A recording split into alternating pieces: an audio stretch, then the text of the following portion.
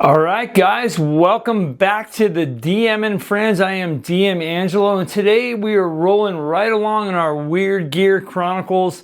We've talked about, heavy metal, grappling hooks, 10-foot poles, flasks of oil, holy water, chalk, things like that.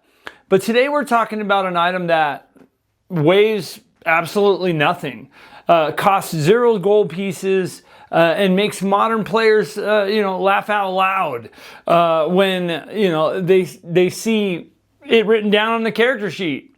Today we're talking about pouch of feathers. And I have this from my hat here. I have this, actually a larger feather than what I'll be describing, but this is what I have. We're talking about a pouch of feathers.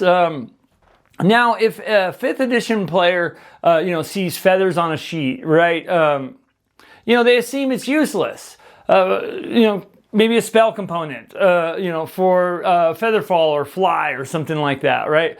Or maybe just flavor text for the druid's outfit. But back in classic advanced Dungeons and Dragons, a handful of simple bird feathers was your low-tech detection system.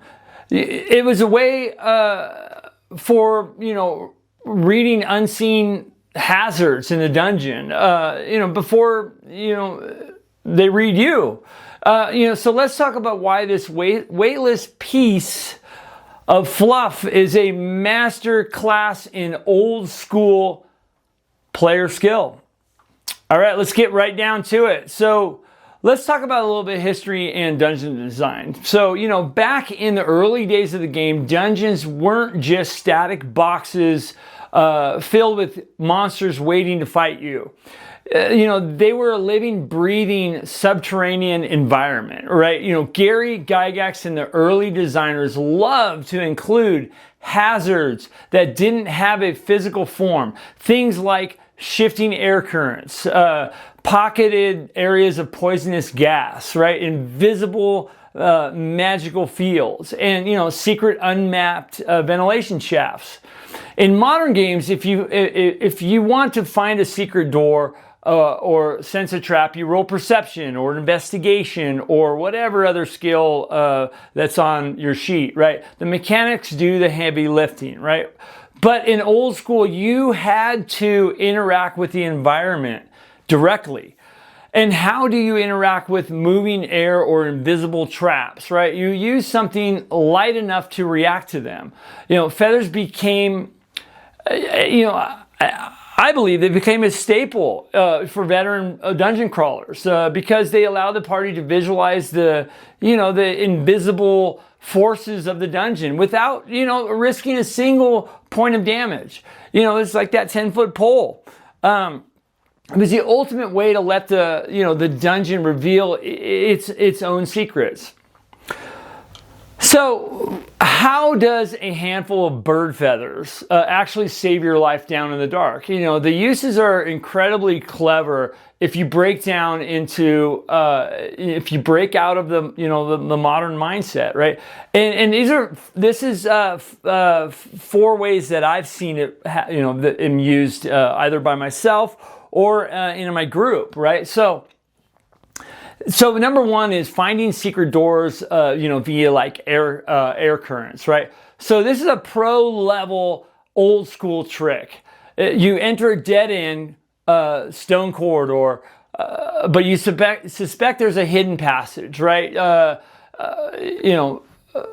You hold the light feather up to the cracks in the masonry. If the feather flutters, and then air is moving behind the stone, right?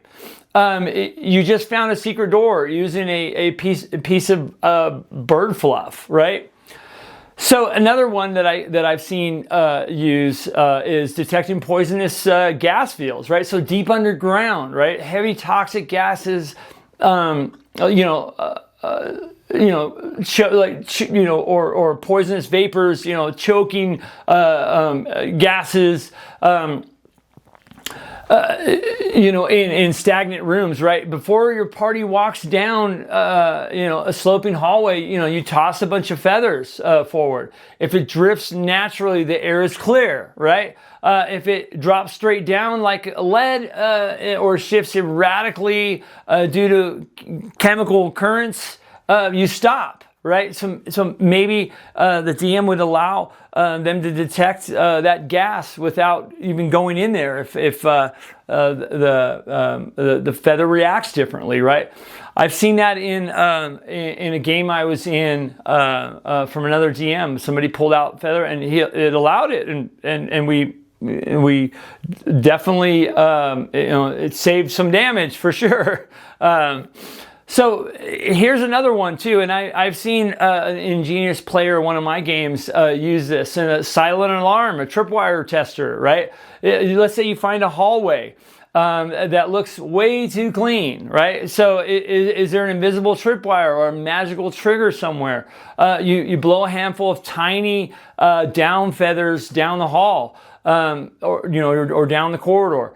If they catch on something midair, then there you go. You found something, right? So you just visualize the trap without setting it off. The other way that, and that's the third way. So the fourth way that I've seen it is, kind of tricking keen senses, right? So toss a handful of feathers around a corner to simulate the sound of birds or something like that, or a small animal. It's a great way to distract a hungry monster or draw a guard's attention away from your hiding spot. Kind of like, somebody throwing a smoke screen over here, or you could always grab that handful of feathers and throw it in a direction to avert attention. So that's another way. And I've seen a way that I've seen this used in a game was kind of the party was facing kind of some low level creatures, low intelligent creatures, and he said, so I grab a handful of feathers and I throw them in the air. Well, it distracted them to where I was like, wow, that's pretty ingenious. So I gave them an extra action because they basically, I gave them some type of plus to their action because the low intelligent creatures kind of reverted to, wow, that kind of thing. So a lot of ingenious player skill ways of kind of using this cheap, useless to some device or piece of weird gear. So I did ask the question in a post in YouTube, and I'm going to read a couple of the comments here. There wasn't many. I probably didn't allow enough time, and there was some stuff in the back, but I've lost them since from the flood of comments that you guys sent in. But Captain Cook said, never had anyone take them in adventure other than a mage for spell components. But he said that you could use large ones for painting or drawing. Another fine use is to tar and feather someone. I mean, Captain Cook, that's definitely a way to do it. JJ Lom said there are several spells that use them. Obviously, we talked about that featherfall, fly, etc. as a component. And if it's not right there to grab, one will die, right? So that's why a magic user would carry them. Given how instantly someone needs to use a spell when it's needed, access has to be instant, right? It's also good to have a second around to fetch arrows and bolts. Feathers come off sometimes, and he says he knows that from real life from bow hunting. So yeah, very, very, very key. Shellback View says, feather duster to remove dust from the walls to reveal what's hidden without tripping pressure traps. Kind of what I said earlier. That's a great way. If you have a feather duster and you see a suspicious tile, dust it out and get a better idea of what you're dealing with. I love that. That's ingenious. Mark the Shark says, feathers of a small downy kind can be used to check air currents near secret doors and openings. Yep. And that's kind of what we talked about. They can be scattered around a small area to see an invisible any invisible someone is trying to sneak up on you, right? So a bag of them can be tossed in the air to distract or confuse an enemy. So kind of what I was saying. So these are all great other uses that you guys put in the comments. And I know there's more, so my apologies if I miss some of the comments. But yeah.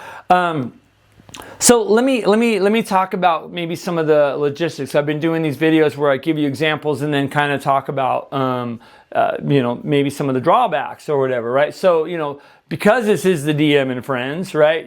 We have to talk about the catch, right? So feathers are incredibly fragile, right? So if the pouch gets soaked when you wade through a subterranean river, right? Or if you get by a fiery blast from a hellhound or from a fireballer, the magic user cast fireball, whatever, it took damage. I would say those things are useless after that. I mean, a feather. Looking on the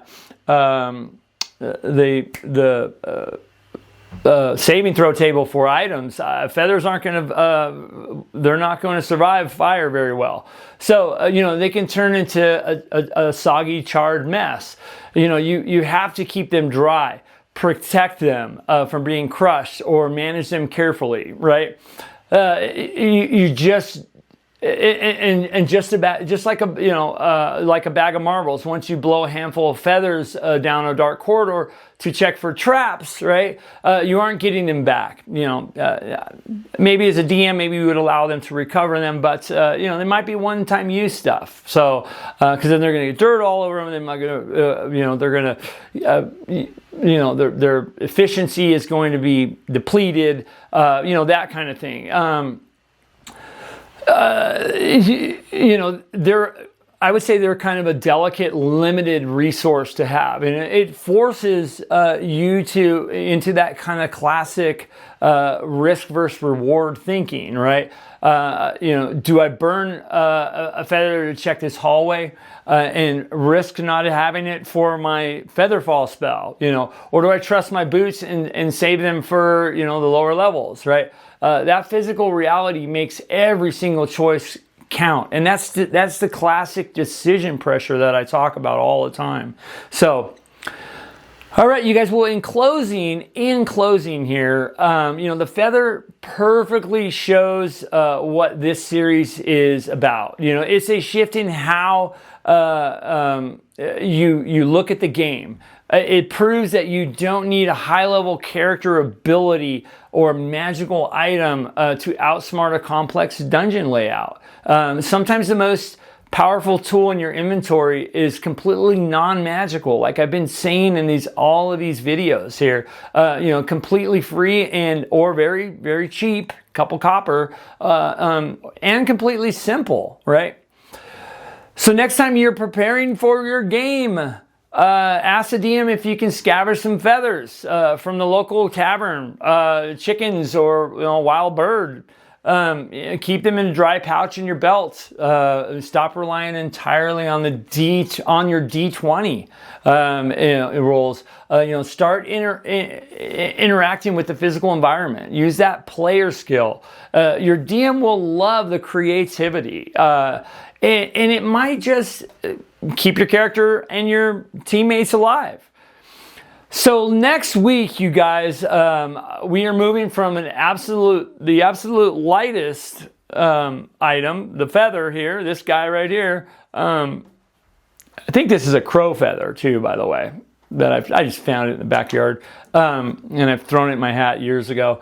So I'm going to shift from this light piece of gear to one of the heaviest, I think, if you really want to do encumbrance with this, and that is the crowbar. The crowbar. I have had a player in my current campaign that always carried around a crowbar.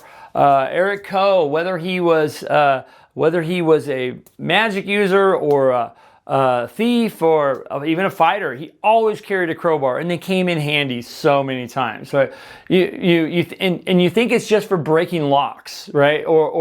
But you have no idea. We're gonna be talking about things like leverage, mechanical advantage of some sort, forcing the dungeon to open up on your terms. All right, you guys. This was another good one, and a lot of people don't think about feathers. They really don't.